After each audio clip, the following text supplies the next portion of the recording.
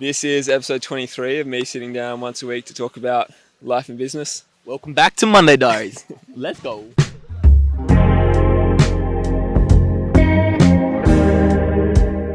Okay, back at the house now, and like every Monday episode, this is going to be completely raw, one take, and just diving into what I'm working on, what's happened in the last week, any key lessons that I can pull out and hopefully give to you guys. So if you have a short attention span, go watch the Thursday videos, or in my case, Sunday video, because I posted it a bit late this week, but next Thursday there'll be another one, so looking forward to that. And yeah, let's jump straight into it. So Art of Monday's update is on the screen right now. We have had 117 applications total, which is up 16 from last week. So that's actually significant compared to previous videos. If you go back, usually we see, I don't know, maybe 4 or 5 applications a week. 80% of that, maybe 90% of that has actually come through YouTube. So despite this being a really small channel comparatively, really packs a punch. So appreciate you guys being here and being engaged and being along with this journey with me. Right now we have 23 members, and that's unchanging because we open doors once a month, and that actually happens tomorrow, or by the time you're watching this video today. And so hopefully in the next update that will have changed, and I'll be able to tell you guys what's happening there.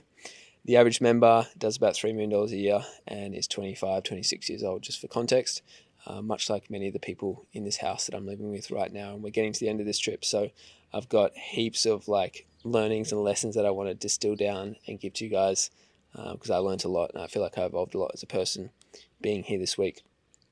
Personal brand growth stats. On YouTube, I'm at 1,545 subs, which is up 129 from last week, which is probably about double what I did the previous week. So that's also growing. I am at 154.7k on Instagram. I gained 600 and then I lost 1100. Nothing new there. That tends to happen each week. So I'm down 500 total in the last week, but I have literally started daily reels as of today. Back to my old habits when I was pushing it daily. That's reels, TikTok, YouTube shorts. I'm going to be pumping it. If anyone wants to get involved in that, hit me up. Let's do an accountability group or something like that. But yeah, excited to pump that. TikTok is at 322.5k, which is down about 200. So not as significant, but still relative. So this week has been crazy in the best way possible. Many of you guys know I've been running this founder house out here in Greece. It's about to wrap up, and I've just been so immersed in it. I feel like I haven't necessarily done a lot of deep work, and some of the other things that I wanted to get done haven't been done, but it's been replaced with a lot of presence and ideas and feedback, and it's just been really enjoyed that process. So lots to share with you guys. But again, go watch my POV series if you want to see more of that, and I'll have another one live this Thursday. So yeah, now I'm going to go straight into the juicy stuff that I've learned from living in a house of entrepreneurs, founders, builders, just genuine great people that I align with. Big win of the week, number one, is this is the first time I spent a week with actual customers of ours. Everyone here is a member of Art of Mondays, and it's kind of a surreal and unique position to be in. Like imagine you living with a handful of your actual core customers and just being able to have conversations and get feedback and understand what they actually want to see. So that's huge from a product development standpoint. I'm thinking so much about, right now we just have the one core product, which is the private network membership, members club, whatever you want to call it. And I think there's such an opportunity to bring in digital products, to bring in free communities, to bring in all these other things that can still help the same target market, but in different ways. So I'm really excited for that. Pause. Fun fact, I actually walked past because I know Jai loves to be Hello. completely real and honest, and this will probably stay in the video. So Guys, hello. you're ruining my attention right And now. goodbye. It's okay. Adios. We actually get you the views. Yeah. Where are you guys going? We're going you're home. actually coming. You're coming for dinner. There's the restaurant next door to us. Okay. Can I finish this first? Yeah. No. No, you can. Do you know what? We need Yes, shower you can. first. Okay, See I'll you see you soon. there. I'll see you there. Bye, bye, bye. Bye, bye. Jenna, don't leave me hanging. Bye, bye, bye. You don't do that. See ya. Oh shit, where was I? I was talking about our customers, and I would go as far as saying lifelong friends. They're people that I would want to spend more of my time with in my everyday life, which is so cool to be able to run a business that aligns in that way. So it was really cool. In terms of lessons from this week or being in this house, here's a big one: being lazy and simple. A few of the guys here, particularly the higher income earners, are inherently lazy is how I describe them. I really like that. I think what it does is it makes you really pick what you put your energy into, and you look for the high leverage tasks.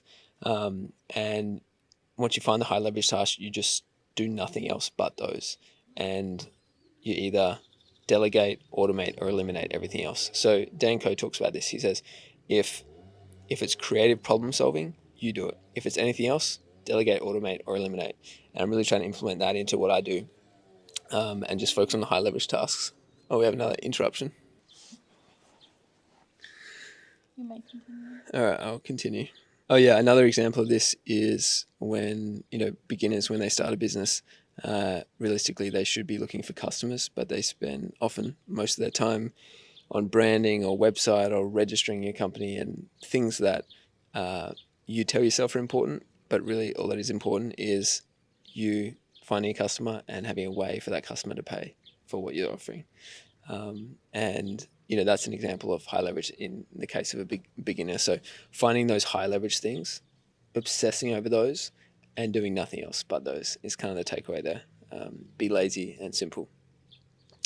A challenge for this week is probably a lack of deep work on my end. It was, I guess, a result of just everyone being around. You can't really drop in and really be in your own space.